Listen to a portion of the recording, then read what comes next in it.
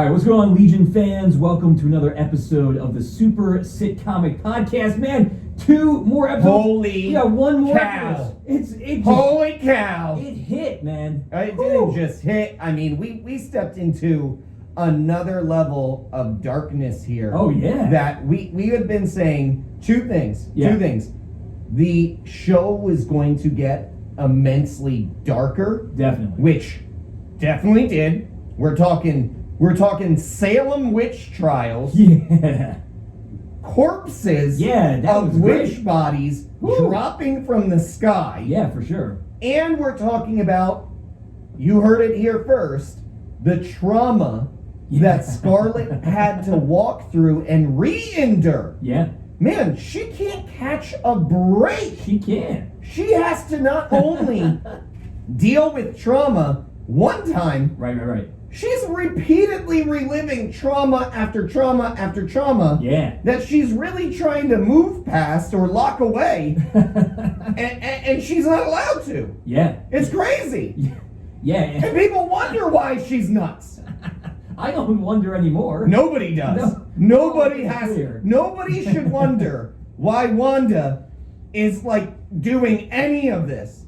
She's lived a horrible life. Yeah, it's been bad. And Agatha just, she's relentless. Does not care. Brings it up, brings Does it up. not care. Well, all she cares cares only about figuring out how she did it. and getting them being able to probably do the same thing. Well, yeah, she wants to get a hold of whatever. The it has. power. Yeah. But, we'll talk about that when she finds out at the end, when we talk about the end. But Right. I don't think she'll ever get to that point. No, she can't. Right, because she doesn't have can't. the ability. But, all right, well, so much happened. Right. So much to pick apart. Let's start at the intro, which was Right, let's start there. Agatha's backstory, which as comic correction specialists, right? We have to go into a little bit because they did change some things. So Before that though, there was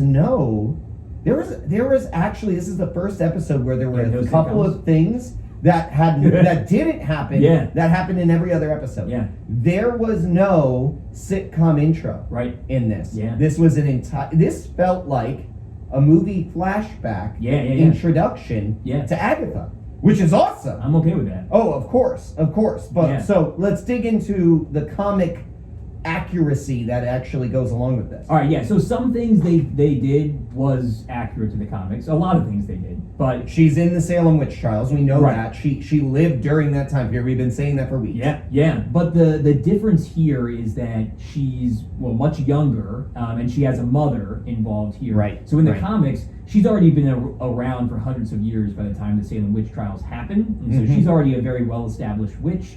And her role, based on what she's saying when Yeah. she is attached to the stake, she's new. she doesn't know what she's doing. Yeah, she can't control it. Right. And I think I like this. I like this way to connect with her as a character because she is someone who is struggling with her abilities of magic. Mm-hmm. She cries out for help, but she doesn't get it.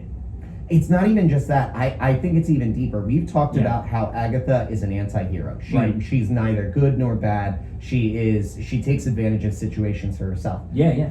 There are so many times in this scene where I don't know if she is actually crying for help Right. or if she's actually manipulating. Right. Well, yeah, because the mother is like, stop playing games, and Right. then she kind of gets calm, and she Gets a bit of a smirk. Yeah, she's like, I didn't really break your rules. I just bent my power, and it's like, Right. ooh, that's cool. But anyway, regardless, she's young. She's kind of new to magic. Right.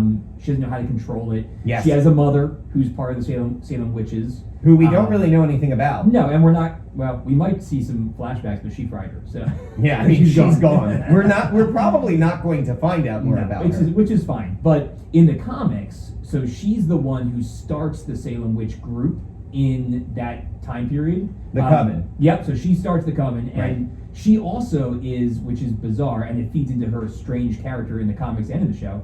In the comics, she's actually pro Salem witch trials because she sees it as a way to cull out the weak witches. Well, which kind of goes with what ends up happening. Sure. Where she's clearly the witches and the rest of the Coven are trying to destroy her. Yeah, they think And she's unsalvageable. It has the opposite effect. Yeah. she destroys and sucks the life out of them. Yep. So we see a lot of similarities, but they're also, again, she was a very established witch who had lots of experience and was the leader and created the witches in that area in the comics. And here we see she's a brand new witch. She doesn't really know how to control her powers, but she still has this desire to kind of wipe out the weak or get power for herself. So and we get another color power here. Yeah, so we get blue, which is similar to the blue that came out of Photon, actually. True. But one of the interesting things is in this episode we get some of these different colors of magic named, and we don't know what the blue is. We don't know what her purple is, but we know that at least blue and purple magic are at odds with each other. And red's the most powerful. And red is clearly the most powerful at this point. Yeah. So we get a little bit more into Agatha, which is awesome. And then we see her kind of what she's become after all these hundreds of years of trying to make herself powerful, control her magic, do what she needs to do with her magic. Advance her own power, her own agenda. And she sees Wanda, and she sees something she doesn't have. And she wants to figure it out. So she's been watching her all this time, and she's inserted herself into this situation on purpose. Yeah, and what's really cool is that Agatha all along, once you know now that she's looking at Wanda to kind of figure out how does Wanda do what she's doing. Right. The Agatha All Along song is great because each of those instances that she's meddling in order to get Wanda to use her powers. Right. So like the bunny gets out of control. See what she will do and reveal herself more. Right. She brings over, or in the first episode she misdirects what Wanda's calendar thing is about so that she can be in a tough spot, and then she brings over the ingredients but they're not made, so she has to use her magic to do that. Right. And then she lets the bunny get free in the magic show, and so she uses her magic to kind of hide what's going on. And so all these things are Agatha just kind of like testing Wanda out, which is what's awesome. she gonna do? Yeah, it's super cool. Exactly. I mean, to see what she can handle. Incredibly well planned. It's very meticulous, and it's very, like I said, manipulative. Yeah. Where we are she's testing Wanda at the same time while trying to discover what is the extent of her abilities, but also what is the extent of her knowledge. Right, and she's confused by that. Right. Because she sets up these hexes and these runes to stop Wanda from using her magic, and Wanda doesn't know what they are and doesn't really understand. Well, she doesn't even notice them. Right, yeah. She points out she's like, basic, right, what are you doing? Basic hexes, like, you basic magic, basic protection spell. And you didn't notice it? Right. So in other words, her magic is not learned, it's natural. Yeah, so it's like the difference between an athlete that has natural ability versus the one who is training incredibly hard to reach where they are. Right, which is going to create more kind of animosity between Listen, I had a teammate that had natural ability in high school, and I had to work my butt off to get to that level. Me too. And it just made me annoyed as all heck when they weren't taking advantage of or doing the work they needed to do. Yeah, or they'd like stay out real late and not get a good night's sleep and eat junk food, and then they'd come in and they'd still do way better. Exactly. Exactly. And that's essentially the Agatha that we're dealing with here, where she is not happy that Wanda has these abilities and is doing all of this without any knowledge or understanding of what she's doing. Yeah, but I think it also makes her more curious, and so she wants to figure out. So she uses Wanda's hair to walk through, and a spell to walk through all the instances of powers being awakened in her past. Well, and to an extent, this goes to what you had said previously, where she's actually semi-teaching her along the way. Yeah, for sure. She could explain nothing. Yeah. She could just walk her through the trauma that we eventually walk through, but she doesn't. She explains what she is doing, the extent of the power that she is using, and how long it takes to actually get trained to that level. And she walks her through all of that. Yeah. And she's essentially doing exactly what we see her do in the comics, which is teaching her a little bit along the way. Well, I think she kind of sees herself in Wanda a little bit. like where she's young, she's a young witch. She's lost. She's alone. Nobody's taking care of her. Nobody's teaching her. She feels alone. She feels. What was the line that she had used? Like that she was staring into an empty abyss. Yes, yeah, and she's got potential. Yeah, and she's clearly got potential. Yeah, well, Agatha. If this is just potential so far, we have work to do. I love, and we won't dwell too much on it because we talked a lot about the trauma and the different situations. But I actually don't want to spend a lot of time there. No. I mean, we could walk through every single one of those backstories, but it's actually not worth our time. There are a couple of key moments that are actually more impactful and more important than rewalking through each of those traumas. Yeah, but I do love the fact that she's the one who stopped the bomb. Right. I love that. Like the little things, man. It's the little things. And then you're like, oh, man, that line, Age of Ultron, we're going to talk about hiding at the table, waiting for it to go off for days, is like, oh, it makes so much more sense. It just brings it it makes me want to rewatch Age of Ultron. Yeah. It's like, oh my gosh, I hadn't even thought of that as a possibility. I hadn't either. And it actually goes right along, and we love this, it goes right along with the comics in that her original powers in the comics were thought to be like luck related, where she can manipulate, kind of like the way Domino works, where she can like manipulate the luck in the situation. She changes that. And then later on in the comics, it's revealed that it's actually chaos magic that she has the control of. Right.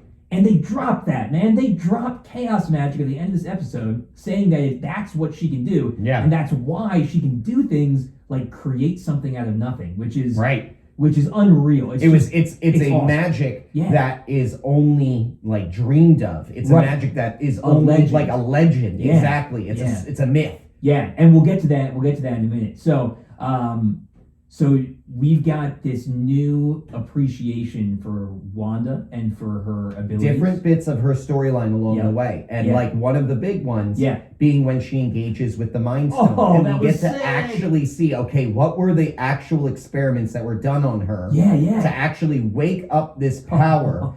And so you get this glimpse of we're like split on it's Scarlet Witch. Yeah. It's 100% Scarlet Witch. Is it her mother? Yeah.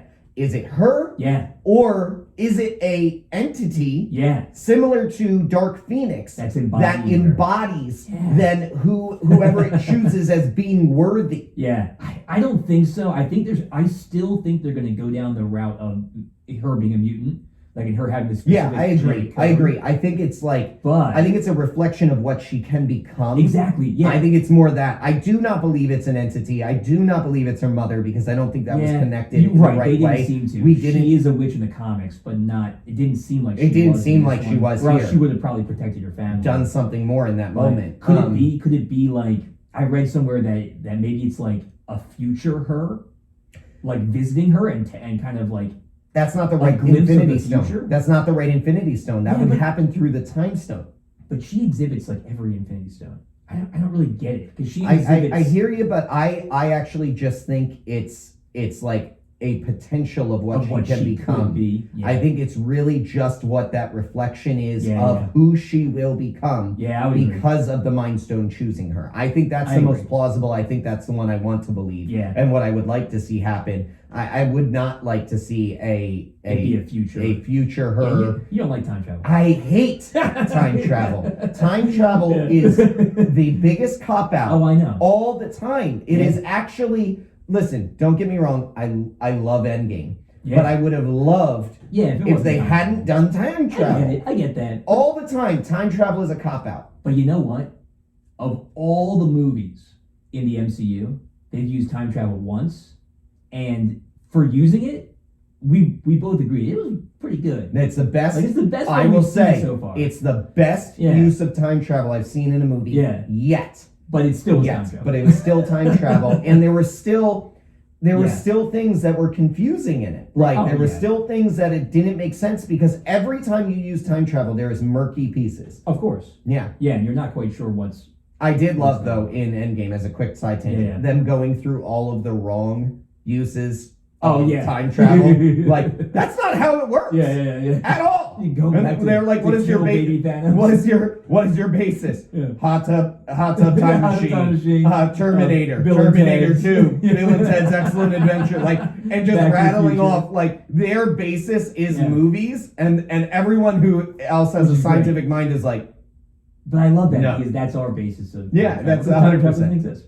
But I think that was their throw of like that was their way of justifying using time travel when they knew people would not be happy with time travel. Right. Yeah. For sure. So getting back into it. Yeah, we'll get back into it.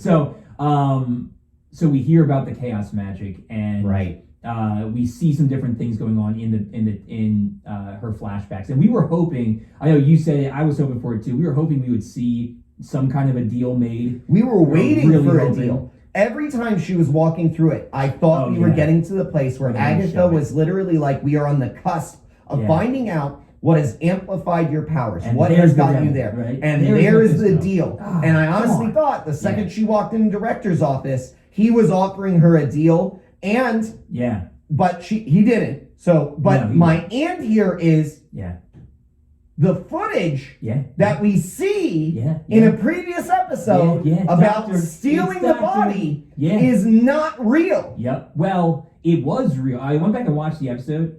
All of those things. No, because she busts in through doors, not from the glass from above. No, she does. She does bust in through glass. I went back and watched it. They show all it, but they don't show him having them stand down. They don't show any of that. So they show as soon as she flies down into the room, they point all the guns at her, and then she walks towards the body, and it cuts out. That's Doctor. All, but then they use that now. He's manipulating. So, and that's what I want to get to. So I think we've said that Hayward. We think he's Mephisto. Right. I still think he's Mephisto. And I think it's a tougher sell at this point, though. I think this episode proved it more. Here, in my heart of hearts, I want it. He would be a great Mephisto. In the heart of the cards. In the heart of the cards, in my blue eyes white dragon, I want him to be Mephisto. No, he's gonna be. I really hope, but it's becoming harder and harder for me to believe that they're going to do that reveal at this point. There's one episode left. One episode left. Yeah. And they've introduced something big at the end, which we'll get to. Right. But what my point here is it's harder and harder for me not to believe that Agatha is just going to be where they leave it as the big bad for this season. Maybe, but I still think Hayward is Mephisto. Whether he gets revealed in this season or not, or in this show or not. Yeah. Because he's part of S.W.O.R.D., so he's going to keep coming back. I agree. So I believe he's him. So it could be a longer trajectory. Yeah, well, and this, I think... And we know they do long... Shoot, it took them this long to reveal that she held the bomb and from exploding. I mean, think of all the things they did over the however many years the Infinity Saga was. Right, but I'm just saying, they always have a long play, so maybe it'll be longer. Yeah, well, so I think there were certain things this episode that I think reinforced the fact that he is. So well, you went back, you said. Yeah, so every single thing that he does in this episode shows him to be a manipulator. Okay? And to extremes that a normal human, no matter how confident you are in your system, things that even Nick Fury wouldn't touch. Because Nick Fury will do stuff that seems reckless. Okay. But he has enough connections that he knows, but he's also wise enough to not do that when he knows he'll get killed, right? Sure. So Nick Fury there's a limit to what he'll go to do things when it comes to manipulation, right? So Hayward in this episode, we saw a lot of different examples of this. One was the doctoring of the footage he used back in the previous episode, right? Definitely. So he manipulated the entire S.W.O.R.D. force, including Monica, or tried to with Monica, to manipulate them into believing that Wanda was on a warpath, that she went in and took the body, right? So he completely manipulated that for his purposes of getting to her. And if she has chaos magic, you better believe Mephisto is interested in that, right? Sure. So getting to her. Everyone is. Right, of course. Anybody who knows anything about magic and power in the universe is going to go for that, right? Right. He also very knowledgeable in the previous episodes about cosmic rays and science that existed before the beginning of time, kind of a thing, right? So that points to, he's more than just now that could be him just being a S.W.O.R.D. agent and being good at his job and knowing his resources. But in that same episode, when they're debriefing about Wanda and they showed the footage, right? Right. He's the one. Now I think we might have misspoke in our previous podcast. We said Jimmy said this. But he's the one who prods about, does she have some fancy name, right? No, we said it with the right way before. Yeah, well, I remember talking about it. He says it. We said that Jimmy said that no, she didn't. Okay, yes, and that's true. But he doesn't just ask once, he asks twice. He presses. because he must know the legend of the Scarlet Witch. Interesting. Right? And he's pressing. He's like, did they call her anything? Does anybody call her anything? Does she have any kind of code name? Because he wants to hear that confirmation that she is this legendary Scarlet Witch. Interesting. Right? Okay? Interesting. And then even more. It's a small detail. It's small a good detail, pick. yeah. That is a good pickup. When we see the flashback in her mind when she goes to Hayward, right? Yeah. She goes up against the glass and she looks down at Vision. Now, he does some really stupid stuff, okay? He knows how powerful she is. If he's a sword director, he knows that she can wipe all of this out. And if he's he was so confident. I was sitting there, she's going to turn around and kill this guy. Right, well, that's the thing. If he's so concerned, because he talks about being so concerned about Westview and keeping people safe, and like keeping her from expanding, if he's so concerned with that, he wouldn't push her buttons, right? Yeah. When she comes in, he calls Vision an it. Okay? He talks about he does him in front of her. And he corrects himself. Yeah, when he, what he says is, not many people have the ability to bring their loved one back online. Right, and then he goes back to life. Right, because he doesn't understand that the Mind Stone makes him more than just a robot. But then, dude, he's the one who planted the seed in her mind to bring him back. Because before she says anything, he says, You're coming here to try and take him to bring him back. I did catch that. I was like, and she's even like, what? No. I just want to bury him. I would never do that. I just want to bury him. Yeah. And then he's like, no, okay. And he's super smug about it. And then he just says, and then he gets super cold of, well, you're not going to put $3 billion worth of vibranium into the ground. Right. And so if he actually cared about the safety of the people in that building, he knows her power. Right. But if he's Mephisto and he's trying to get her to create a situation that he could then later use to see the extent of her chaos magic. Exactly. Yeah. He's trying to push her buttons, right? Yeah. So all I'm of with that, you. right? I'm with you. He goes and all right, so he doesn't want to kill her, right? He wants to manipulate her. So he's creating all these different scenarios where he can manipulate, kind of similar to Agatha.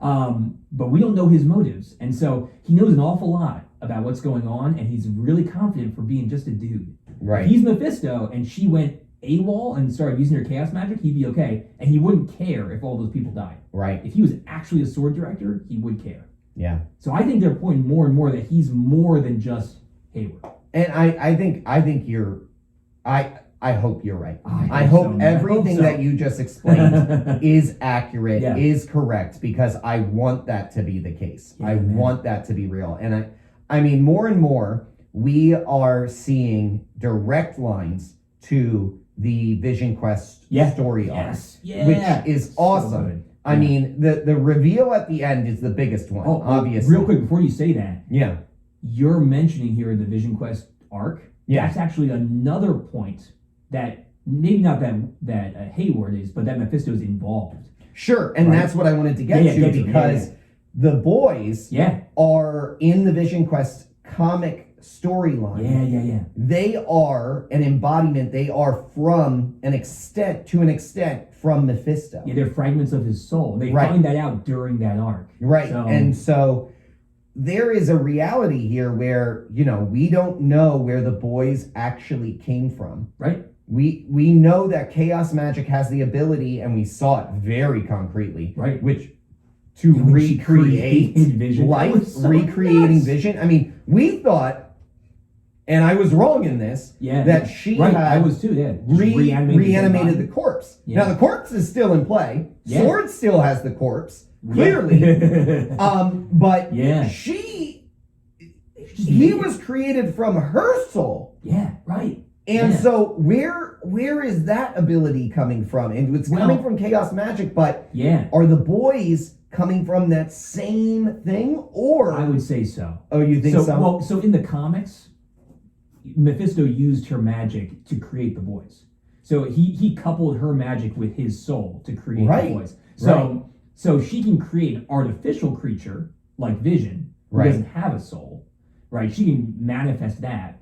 But she would need something else to create actual living people, and that's which is Mephisto's soul. Right, and that's the question: is are the boys actual living people, or are they just like what Vision is? Exactly, because she made Vision sentient. Like, it's weird. Vision can make choices, right? And he can decide things. Which made us believe that it was the body, yeah, and exactly. not just a portion of her but recreating she could make him. a creation that Is sentient. Yeah, it's so. Oh man, it's bizarre. I mean, which is beyond her powers. Like Right. it's an insanity. Right. It's chaos. It's chaos. It's chaos. But so there's all of these pieces around Vision Quest, and the disassembling of him. Yep. Right in the comics. I mean, that looks put him together. the actual look in the comics. Oh, yeah, and the look on him on the tables when he's completely separate. separate. Yeah. It looks The same. incredibly the same. Yeah. Like it's phenomenal. Move Hank Pym out and put Wanda in there. Yeah, exactly. Yeah. It was So great. cool. And obviously no Wonder Man. We haven't introduced him. Yeah, we haven't seen him at all. But we have Agatha then at the end. Yeah. Calling her finally. Yeah. Scarlet Witch. Yeah, the legendary Scarlet Witch. Which she's blown away by. She thought was only a myth. Yeah. And she's holding the kids captive, which ends on a cliffhanger there. Which then goes, it begs to that question. Yeah. Are the kids real to any extent, or are they just figments? I don't know, man. If it's Mephisto, they're real. Yeah. Like, for sure. Sure. Or maybe not. They might be making the chaos magic more powerful in the movies or in the show, that she could actually create living creatures. But then it goes to that other piece around, if we remember, the boys can advance in age on their own. It's so weird. Yeah. So they'd be sentient to some extent as well. Yeah, and if they are doing certain things where they are able to sense their father and the pain that he was in. They have powers. And he was outside the hex; they could feel it. Right. Yeah, that's weird. Yeah, and again, that could. I think that points again more towards the fact that Mephisto's involved. I agree with you because on that. I agree with you on that. Agatha doesn't know enough to she didn't create the boys. Like she's not. Yeah, it's agreed. Weird. But if he is involved, and it is the director, then what is this cliffhanger, and what is actually happening here? Yeah, unless chaos magic is the thing that is now protecting her. I don't know. You mean protecting her from Mephisto? Yeah, the hex is actually being used to protect her. Yeah, well, I mean, again, when I was going back and looking through the episodes, Monica did call it a self-quarantine. Like she quarantined herself. Right. So maybe it is like a protection barrier from powers like Mephisto. Maybe. I don't know, man. And then Hayward, at the end, there's another stinger, right? His last couple episodes had stingers. At the end, he reveals the last piece of the Vision Quest story arc, which is White Vision, colorless Vision, where he comes back as what we're assuming is going to be like the comics, where he has no emotion and he's just an android, just a weapon. Yeah. And again, this to me, this is again pointing to the fact that Hayward is more than just Hayward, because he preached about not making him into a weapon, that he's not to be made, that they were taking him apart to study him, not have him be a weapon. And now he's bringing him online as a weapon. Right, and it's against the final wishes of Vision. So then Hayward, here's the other thing. Yeah. Hayward then completely doesn't see him as having any sort of humanity. No. Because if he did, he would respect the final wishes and see him as a human. Right. Where you wouldn't be able to do that. Yeah. So he justifies it by the fact that essentially in his mind making him to be non-human. He's just a hunk of metal. Yeah. Right. Yeah. All right. So, but another thing here, we get all the way in. We do get a stinger. Yeah. You know, we also don't get though. What? A commercial. Well, okay. We didn't get a commercial this episode. This is the second episode that has had no commercial. So there's no commercial in the one where they take a break, where they do all the flashbacks. There's no commercial in there. There's only been 6 commercials. There's been 2 episodes without commercials. I saw, Agatha's break and her song as kind of a bit of a commercial. Oh no, that one did have a commercial. That one did, right? No, I'm talking about which one didn't have a commercial? The one, not those flashbacks. I'm talking about the flashbacks that showed you how Monica got. Oh yes, there was no commercial in that one. You're right, but this one doesn't have a commercial. No, and both of those centered around Sword and Hayward. That's true. That's true. And this one had Agatha and Wanda in it too. But I don't think we're seeing any more with sitcoms. No, I think it's we have now seen why sitcoms were the center, because it was her escape, which is what we talked about. Exactly, well. And she used kind of American ideal life to kind of cope when she was in Sokovia. Yeah, and the thing here now is we're caught up to now. Yeah. Modern day. Yeah. Yeah. Well, yeah. And the last episode is not going to have a sitcom thing. It's going to be the battle. You know, it's going to be whatever it ends up. Whatever being. it is, it's going to be something with Vision. I mean, I'm just hoping. And we're still waiting on that big bad reveal. I'm thinking Agatha and Wanda are going to join forces in their commonality of people not training them and her feeling that compassion to Wanda. You know, I think it's going to touch. You know, like I think that's going to maybe come into play. Or they're going to fight against colorless Vision and Mephisto. I think, or something like that. Maybe not Mephisto. I don't know. You want to hear? You want to hear a little crazy thought? I love crazy thoughts. I know you do. So Agatha and Wanda join forces because Vision comes into town. Because of Vision. Because of the colorless Vision. Yeah, they're going to stop him. Wanda. Yeah. Agatha can't defeat him on her own. Right. Wanda won't be able to fight him. Right. Because he's Vision. Yeah. What is Vision made of? Vibranium. What is vibranium? A space stone. But what is? You're right. It's a type of metal, is it not? Yeah. Magneto shows up. Holds him back to stop colorless Vision. Yeah. Magneto actually at one point stops Visionless. Stops colorless Vision. Yeah. Doesn't destroy him. Right. Because of the pain it would cause his daughter. That would be cool. Right? Fassbender.